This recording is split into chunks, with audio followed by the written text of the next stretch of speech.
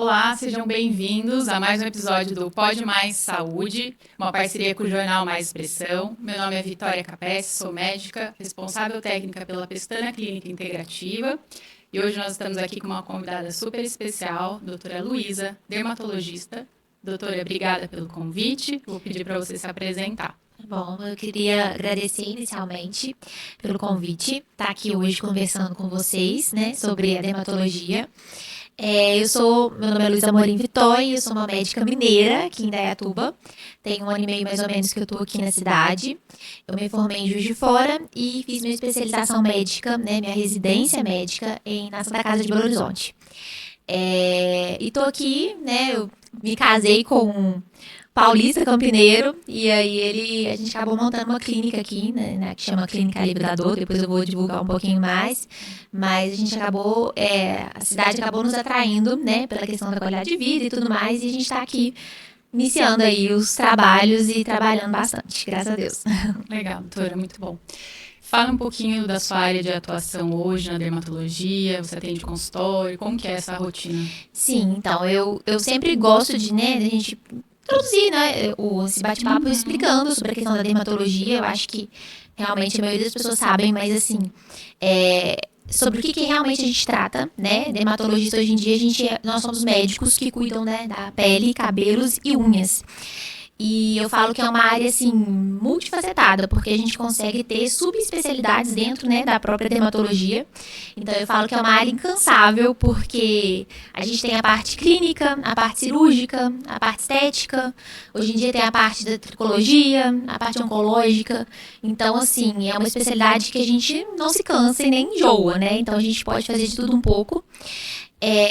Sem falar também que eu sempre puxo a sardinha pro meu lado, mas é a especialidade médica que tem mais doenças na medicina hoje. São mais de 3.000 doenças catalogadas, então, assim, é uma especialidade ampla, mas que desafiadora, mas que me encantou e que, enfim, cada dia mais eu sou mais apaixonada pelo que eu escolhi fazer. Legal, muito bom. Fala pra mim como é que foi essa escolha pela dermato, como surgiu isso, já veio de sempre? Sempre, não, assim, a questão da medicina inicialmente, meu pai, na verdade, ele é médico, então isso acabou vindo naturalmente pra mim, né? Enfim, sempre me inspirou a profissão, então eu sempre soube que a medicina seria meu caminho, mas assim, a dermatologia, ela foi me conquistando ao longo da faculdade. Eu sempre tive, a gente estava conversando também antes um pouquinho, eu sempre soube muito bem o que eu não queria, mas eu sempre soube também que eu queria uma questão que me desse um pouco mais de qualidade de vida, uma área que eu conseguisse ter um pouco mais de planejamento dos meus horários, né, não lidar tanto com urgências, que é uma área que talvez, né, tem gente que gosta dessa adrenalina, né, enfim, eu gosto mais das coisas mais planejadas. Então, e principalmente a gente mulher, né, que quer ter ali um pouquinho de tudo, um pouco da casa, família e tudo. Então, eu pensei numa área que me desse um pouco de qualidade de vida e que me desse o conforto para ter um pouco mais de domínio aí sobre essas questões, né, de consultório, enfim. Então, a dermato veio nesse sentido. E aí veio também essa possibilidade de poder fazer a parte clínica, a parte cirúrgica, né, a parte estética, que isso realmente é muito atrativo, né? Você tá numa especialidade aí que você pode sempre aprender mais e aprimorar mais e ser diversa, né? Enfim, multifacetada. Então, isso me atraiu. Então, esse foi o motivo, assim, acho que foi o principal para eu conseguir escolher a dermatologia. Legal. E hoje em dia, qual é a sua maior demanda, assim, dos pacientes? Quais são as maiores queixas mais comuns? Então, eu falo assim, são 3.000 doenças, mas acabam que elas se repetem muito, né? Então, hoje em dia, a minha demanda ainda é muito clínica, né? Porque eu me formei eu formei na Santa Casa de Belo Horizonte, então lá, assim, ainda a gente tem uma dermatologia, assim, predominantemente clínica lá. Então, eu gosto dessa parte, né, da pereba que o povo fala, então eu gosto de tratar das doenças e tudo. Então, eu ainda tenho uma demanda muito clínica, mas claro, ainda a gente sempre tem uma partezinha estética também, que também tem uma partezinha no meu coração aí.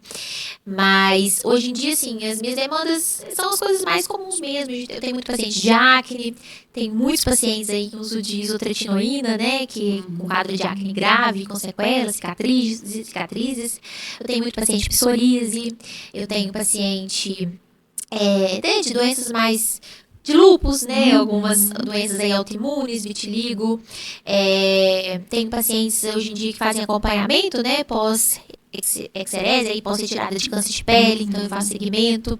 E tem os pacientes também da parte estética, né? Que, assim, não só da parte estética, que vão comigo também para tratar suas demandas clínicas, mas que me confiam, né, a responsabilidade ali de, sei lá, fazer toxina, de cuidar da pele, fazer um peeling. Então, hoje tem sido, assim, a minha demanda tem sido mais ou menos essa, assim, a parte clínica, mais predominando, mas também tendo a parte estética ali logo atrás. Legal. E você acha assim, as pessoas têm ido cada vez mais cedo realmente procurar o dermatologista? Isso também acontece bastante? Acontece. Hoje em dia a gente tem lidado muito com a dermatologia preventiva, né? Então, tanto na questão de patológica, né, da questão clínica, quanto a questão estética, né? A questão clínica as pessoas têm procurado, né, mas fazer avaliação clínica, avaliação das pintas, né? Hoje em dia a informação tem divulgado mais, né? Essa questão do câncer de pele, a questão da divulgação do protetor solar. Então as pessoas têm buscado, assim, cuidados, né? Com maior...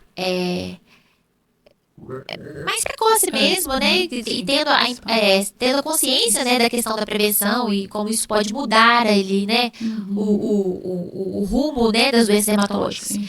E na parte estética também, né, que hoje em dia a gente está atuando muito aí nessa parte preventiva, buscando aí até dar uma diminuída, vamos dizer assim, uma minimizada, né, hoje em dia, antigamente se fazia muito procedimento, hoje em dia a gente tem preferido poucos procedimentos, mas procedimentos mais certeiros, que a gente consegue ter uma avaliação mais global da face, uma melhora da textura da pele, né, melhora da questão do colágeno, que hoje em dia está, né, muito em alta aí com relação à questão da sustentação da pele. Então, hoje em dia eu tenho recebido muitos pacientes realmente com essa preocupação, tanto estética quanto clínica. Legal.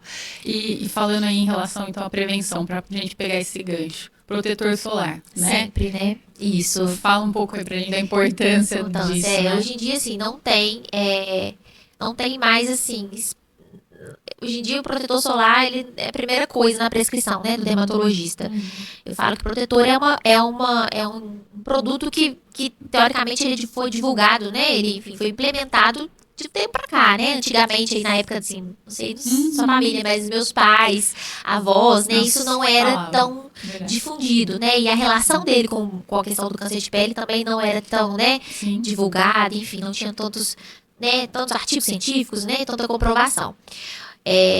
Então, o protetor, ele tem um papel aí fundamental, né, na questão da prevenção mesmo do câncer de pele. Eu falo que o protetor a longo prazo, ele consegue aí minimizar, né, os danos celulares que a radiação ultravioleta ela vai causando ali na nossa pele, né, induzindo algumas mutações que vão gerar, né, podem gerar o câncer de pele.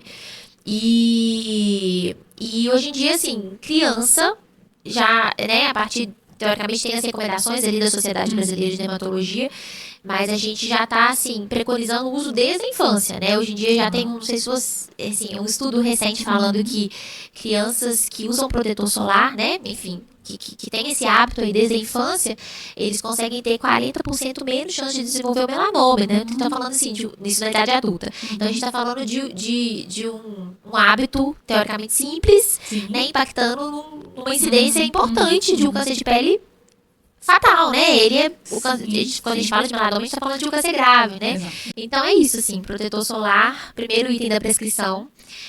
Com relação à prescrição, eu falo que eu não sou mais ainda tão chata com relação, né, às marcas hoje em dia. Né, hoje em dia a recomendação da Sociedade Brasileira de Dermatologia, as recomendações mínimas, é o fator de proteção no mínimo 30 e proteção contra o UVA e UVB, né, que é a radiação ultravioleta. E hoje praticamente todas as marcas que a gente vê na farmácia tem. Então, assim, não tem mais motivo para não usar, né? Então, eu falo que protetor bom, o protetor ideal é o protetor que o paciente goste, né? Em questão de textura e o que caiba no bolso, né? O que ele consiga comprar, né? Então, não tem, hoje em dia não tem, o comércio mesmo, né? A indústria tem facilitado muito a nossa vida justamente para a gente conseguir aderir, né? E ter adesão aí dos pacientes.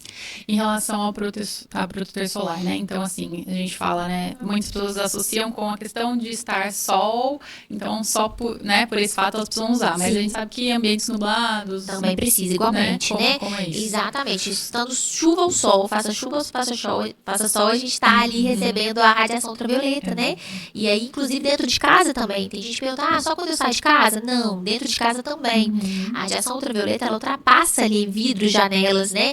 Então, se você tá num lugar que tá recebendo ali um mínimo de luminosidade, você tá recebendo radiação, né? Sem falar também que hoje em dia a gente é submetido a muitas questões de luzes, né? Então, assim, lâmpadas e tal. Então, assim, protetor solar, independente de onde você esteja e da temperatura e da condição climática, tem que usar. Legal.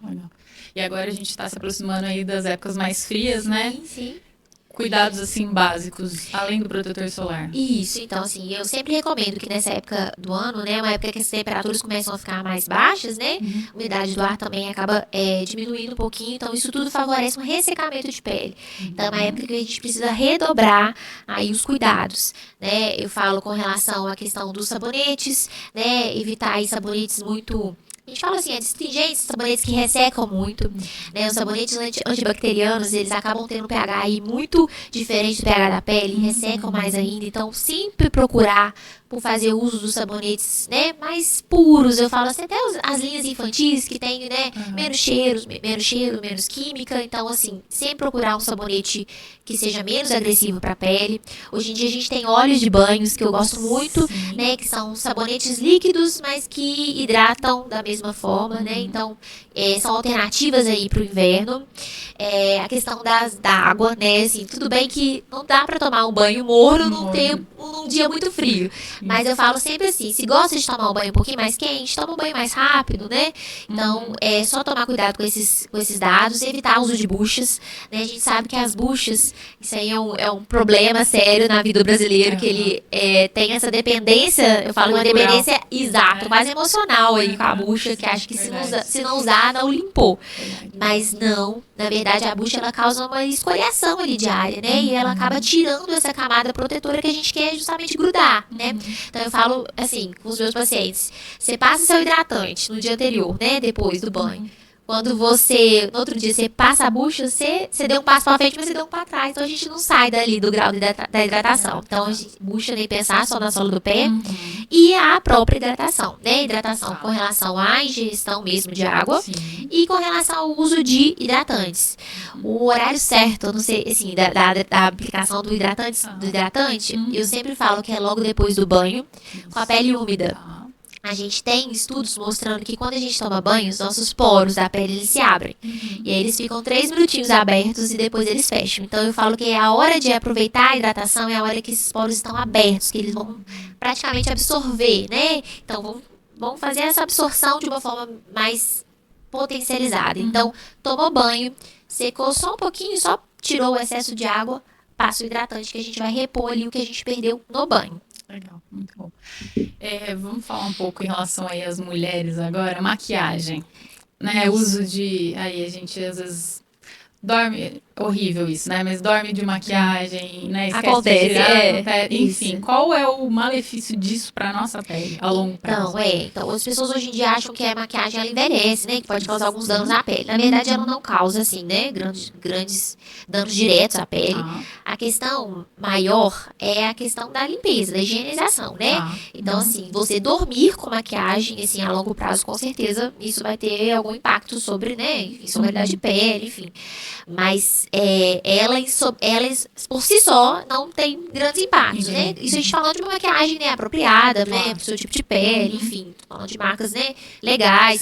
Mas ela, pra pele em si, ela não causa nenhum prejuízo, a não ser que ela seja utilizada de forma incorreta, né? Então, assim, hoje em dia a gente preconiza, usa o protetor, usa, né, a maquiagem, enfim, protetor solar com cor, o que for, mas chega em casa fazer uma boa limpeza, pra gente dormir aí com a pele limpa e até pra gente fazer a rotina de skincare, né? A gente conseguir, pra pele conseguir absorver ali os ativos que ela precisa absorver à noite. Perfeito.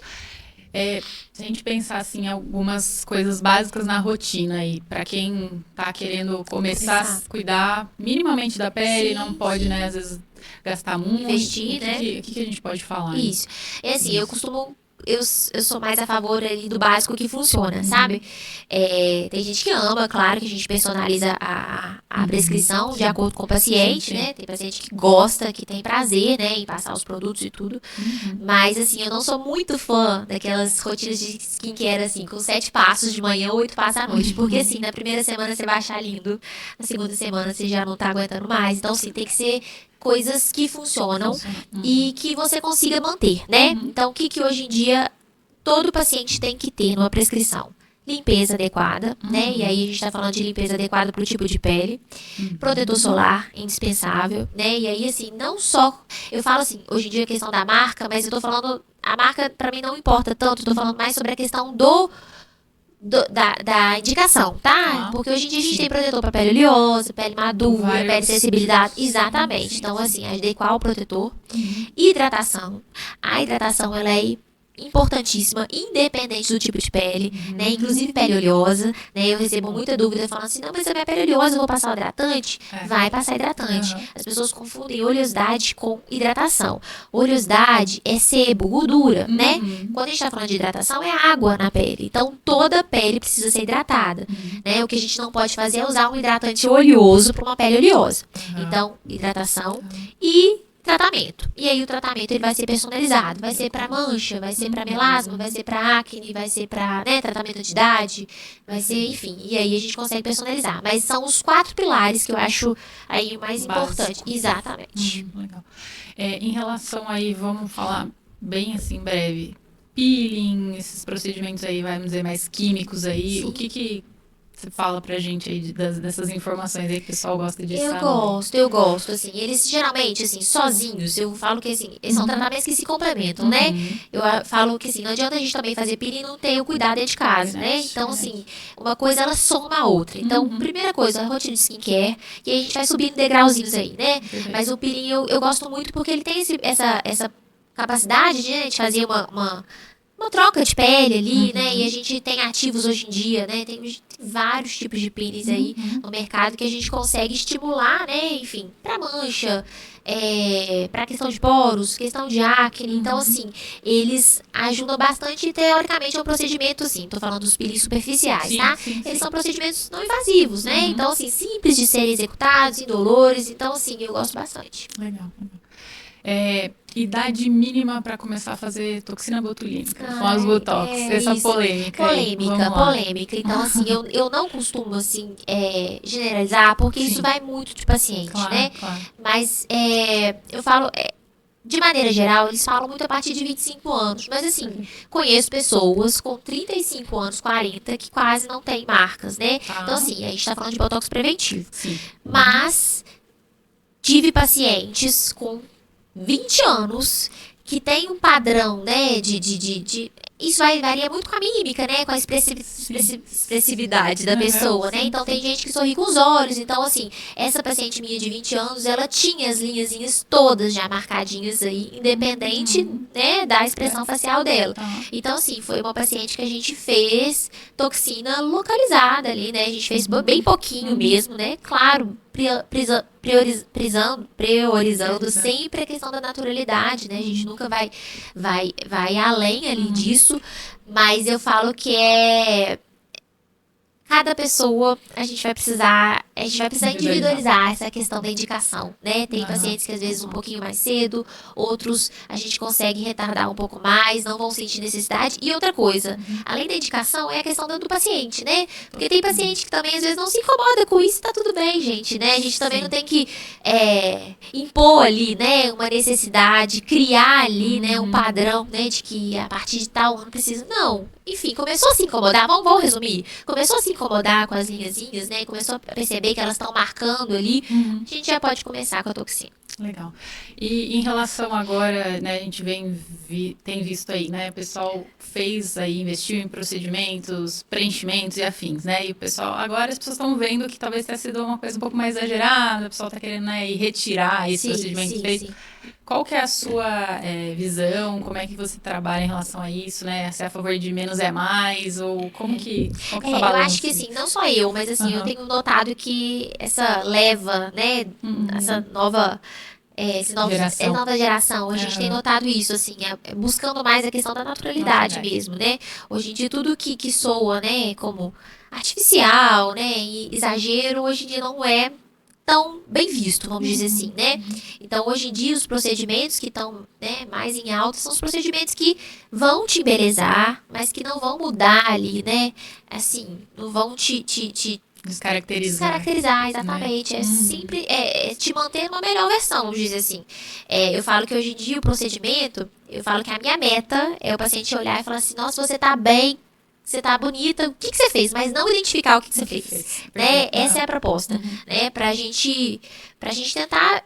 Isso significa que você está mantendo ali suas características, mantendo sua naturalidade e se cuidando, também não tem problema nenhum, né? Hoje em dia tem a dermatologia estética tá aí para isso, para ajudar mesmo, mas a Uhum. gente não pode ser refém dela, né? E o que a gente estava vendo muito isso assim, é uma padronização mesmo, as pessoas bem muito parecidas, aquele rosto Uhum. muito Sim, congelado, né? verdade. E isso hoje em dia a gente tem lutado um pouco contra, né? Uhum. Hoje em dia a proposta é mais preventiva. Só pra você ter uma ideia, antigamente as pessoas, né, tinham bigode chinês, as pessoas viam o bigode chinês, faziam preenchimento, né? Então Uhum. estavam cada vez mais injetando volume. Hoje em dia a gente vê um bigode chinês, a gente vê por que esse bigode chinês está aparecendo, né? Esse bigode chinês Uhum. está aparecendo porque a pele está perdendo sustentação, a pele está ficando mais flácida. Então vamos reverter isso, vamos atuar na causa, né? Então vamos fazer um bioestimulador de colágeno. Tá. Claro que vai ter casos que a gente vai precisar fazer, né, um preenchedor em alguns lugares Uhum. estratégicos. Perfeito. Mas a proposta, assim, acho que o pensamento mudou, né? A gente Uhum. está tentando agora atuar mais na causa ali associada ao processo, não na consequência em si, né? Legal. Em relação aos bioestimuladores, assim, bem resumidamente, a função deles, né? Cada um é para uma região, às Isso. vezes, né? Que estão até de harmonização de glúteo, né? Onde a gente tem visto Isso, bastante. tem Como que muito. é essa Hoje em dia, assim, tem questão? o bioestímulo, né? A gente consegue fazer facial, Uhum. corporal, qualquer lugar, né, do corpo hoje em dia é possível. Legal. Mas a proposta é muito legal do bioestimulador, porque assim, ele estimula a questão de colágeno, que é o que sustenta, o que está relacionado com a pele jovem, saudável, né? Evita aí questão, atua, né, prevenindo a questão da flacidez. Então, hoje em dia, se for fazer um procedimento preventivo, né, que não muda ninguém, que só Uhum. vai, né, manter suas características, mas te manter bem aí ao passar dos anos, é o bioestimulador de colágeno. E assim, eu falo que assim, as pessoas também vêm muito nessa onda aí de tomar colágeno, né?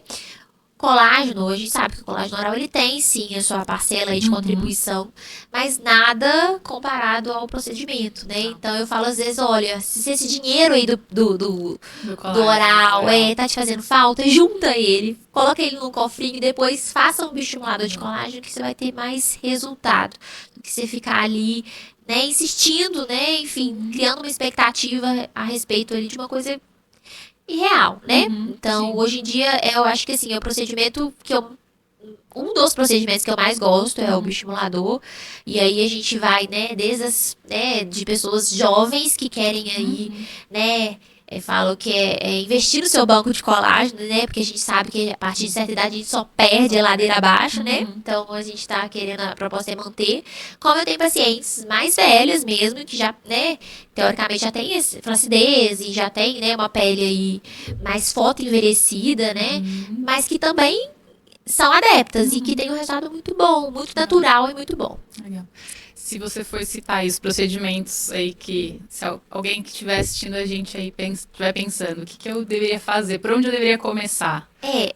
Quantos anos? Vai, 30? 30 30. anos? Então, eu acho assim. Eu acho a toxina botulínica, ela Coringa. é, exato, porta de Uhum. entrada, né? Legal. Então, ela geralmente é um procedimento simples, né? Sim. Enfim, simples assim, né? É, Sendo bem feita, né? E claro, claro, claro. tem toda a questão, né, da técnica e tudo mais, mas Uhum. assim, vamos dizer, pouco invasivo, né? Pouco doloroso. Hoje em dia é um procedimento tranquilo. Mas logo em seguida mesmo, eu acho que o bioestimulador de colágeno. Já. Então, assim, 30 anos é uma época ótima para já começar a investir. E aí, questão de qualidade de pele mesmo, né? Não tô falando nem de assim, prevenir, claro, flacidez, mas assim, da viço, da textura, né? Enfim, é hoje muito bom. Legal. Falando um pouco da toxina botulínica em si, tem várias no mercado, né? E aí agora, pelo que eu fiquei sabendo, aí tem uma que promete durar aí, né, mais tempo, uma tecnologia nova. Como que é isso? Então, é porque assim, as tecnologias que a gente tem, elas acabam, né, a longo prazo, existe uma proposta, né, enfim, naturalmente, né, o corpo vai se sensibilizando, né, com as aplicações, então chega um ponto que talvez elas possam não fazer efeito, né? E até também faz sentido também, né? Eu tenho às vezes pacientes, sei lá, de 60 e poucos anos que fazem as toxinas, mas acaba que não é só, assim, claro que elas não fazem, elas vão ficando um pouco mais resistentes, esse tipo de paciente, mas é porque elas também ficam, o Botox ele acaba sendo insuficiente nesse caso, né? Porque a gente tem outras coisas, outras demandas, né? Mas aí, falando especificamente dessa toxina aí que tá pra ser, né? Enfim, que vai chegar, a proposta dela é isso, ela ter uma durabilidade. Exato, né? Maior e para essas pacientes aí que já tem, né? Já tem essa certa resistência aí às doses, né? Ao efeito da toxina, ela promete aí então fazer o efeito. Então, assim, enfim, vamos aguardar, né? Ainda não chegou, mas estamos preparados. Se for, enfim, para melhorar, que venha mesmo, né? Legal. E assim, eu sei que a maioria das pessoas sabe, mas pra gente deixar fácil, né? O que a toxina botulínica ela faz, né? A ação dela e da onde que ela veio, né? Só pra... Isso, então a toxina, a ação dela é na questão da musculatura, né? Ela tem um poder ali de inibir ali a contração muscular. Então, assim, é porque acaba que as rugas, né? São as linhazinhas que a gente fala, as linhas de expressão, as linhas de expressões, elas surgem com a questão da movimentação, né? Com a própria contratura. Então, o fato de você ali, né, fazer essa contratura ali em questões de anos, isso leva, né, involuntariamente mesmo, à formação de algumas rugas estáticas, que são aquelas linhazinhas que permanecem ali independente, né, da movimentação facial. Então, a proposta é quando a gente faz Botox, a gente age, né, ali inibindo essa musculatura, né, enfim, paralisando essa musculatura para que ela deixe, né, de vincar, vamos dizer assim, a pele. Então, dessa forma, ali, durante o tempo que ela está agindo, é menos tempo que a gente está induzindo a formação de rugas, né? Então, por isso que a gente fala dessa questão do efeito preventivo mesmo, né? As rugas dinâmicas, elas são relacionadas à movimentação, né? Mas o que a gente tem que prevenir não são as rugas dinâmicas, são as rugas estáticas, que são aquelas que permanecem independente da nossa musculatura, né? Da nossa musculatura. São aquelas que estão relacionadas com o tempo, né? E aí a toxina, ela vai atuar justamente, a gente quer que atue principalmente nas rugas estáticas, né? Prevenindo. Porque uma vez que elas marcam, né?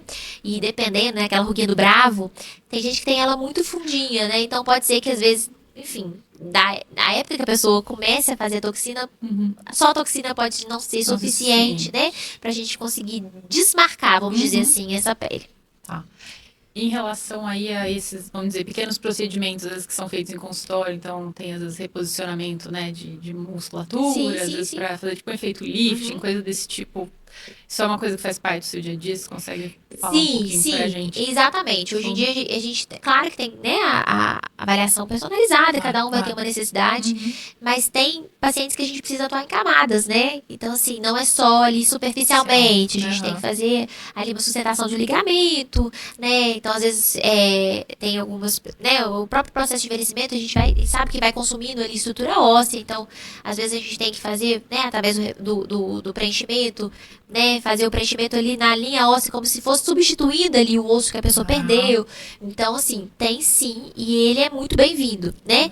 Eu só acho que sendo usado com estratégia, né? Ele sendo usado com cautela e com as indicações corretas, ele pode ser muito bem-vindo e pode, assim, ajudar muito no tratamento desse paciente. Legal. Saindo um pouco da parte estética e um pouco para a parte clínica, em relação ao câncer de pele. Primeiros sinais, coisas que as pessoas precisam ficar atentas? Que você pode Isso, então, falar um pouco? é porque assim, a gente sempre separa o câncer de pele, né, em dois tipos. Eu sempre falo dos cânceres não melanoma, que aí a gente tá falando da grande maioria, mais de 90% dos cânceres de pele que a gente pega em ambulatório, né, e em consultório, é o não melanoma. E aí a gente tá falando de um câncer de pele que ele é, graças a Deus, embora, né, frequente, mas é um câncer mais indolente, é um câncer menos agressivo, né, é um câncer que ele tem uma a gente fala mortalidade, né, morbidade menor, né, porque a maioria das vezes eles não, a chance de metástase, que é de espalhar, é muito pequena, então são cânceres que a gente vê com mais frequência, mas em compensação ele tem um prognóstico, né, uma evolução boa, tá? Agora, quando a gente tá falando de melanoma, é outra história, né, o melanoma ele é um câncer agressivo, esse aí a gente tem que realmente ter medo, porque, né, ele pode sim espalhar, e aí ele pode realmente, né, ter um desfecho ruim para o paciente. Então, eu falo que ninguém, né, nenhum paciente é obrigado a fazer diagnóstico de câncer de pele, mas assim, detectar o que é suspeito, o que é estranho a ele, né? Então, assim, uma lesão nova, uma ferida nova, né? Os cânceres não melanoma, na maioria das vezes eles aparecem assim, o paciente retrata muito como uma ferida. Uma ferida nova, uma lesão nova. Não necessariamente uma pinta, tá? A maioria deles não é pinta. Eles aparecem com uma lesão. E é uma lesão que como se fosse um machucado. Que não cicatriza, que tá ali, que dá uma casquinha, que às vezes sangra. Essa é uma lesão suspeita, né? Então, assim, não necessariamente o paciente tem que acertar no diagnóstico, mas é uma lesão que ele precisa ir ao dermatologista. Agora, quando a gente tá falando de melanoma, aí sim são as pintas estranhas, né? É aquela pintinha que apareceu do nada, é uma pintinha que começou a crescer, uma pinta que tá assimétrica, né? Tem uma bordinha que não é redondinha, tá com várias cores, enfim, aí é uma lesão suspeita do melanoma, tá? Então, assim, na dúvida, qualquer coisa diferente que apareceu aí, enfim, que você não tinha, ou se surgiu qualquer dúvida, vá ao dermatologista, né? Então, assim, aí é nosso papel, né, de tranquilizar ou, né, conduzir esse paciente, mas o paciente não precisa fazer diagnóstico dentro de casa. Legal. Então, eu vou pedir para a doutora Luísa agora deixar o arroba dela no Instagram, como o pessoal pode aí passar em consulta, né? Ver suas informações aí pessoais, profissionais no Instagram. Fica à vontade, a câmera é sua. Então, eu queria agradecer novamente, né, pelo convite. Foi ótimo estar aqui hoje conversando com vocês um pouquinho, né, sobre a dermatologia. Então, minha clínica hoje, vou deixar o arroba para quem, né, tiver interesse. Ela hoje em dia não é só, a gente não atende só dermatologia, a gente tem outras áreas. O arroba é @clinicalivredador.indaiatuba. E quem quiser me seguir também vai ser um prazer. @Luísa Vitoi, Luísa com S, Vitoi, VITOI. Eu prometo ser um pouco mais assídua nas redes sociais, né? Eu tô ainda nesse processo ainda né, de encarar a rede social como trabalho, porque realmente ela é, né? Mas, de qualquer forma, qualquer dúvida, enfim, se alguém quiser, né, conversar sobre algum assunto, ou tiver algum interesse, né, conhecer um pouquinho mais, ou marcar uma consulta, enfim, vai ser um prazer receber vocês. Obrigada. Então é isso, pessoal. A gente se vê no próximo programa.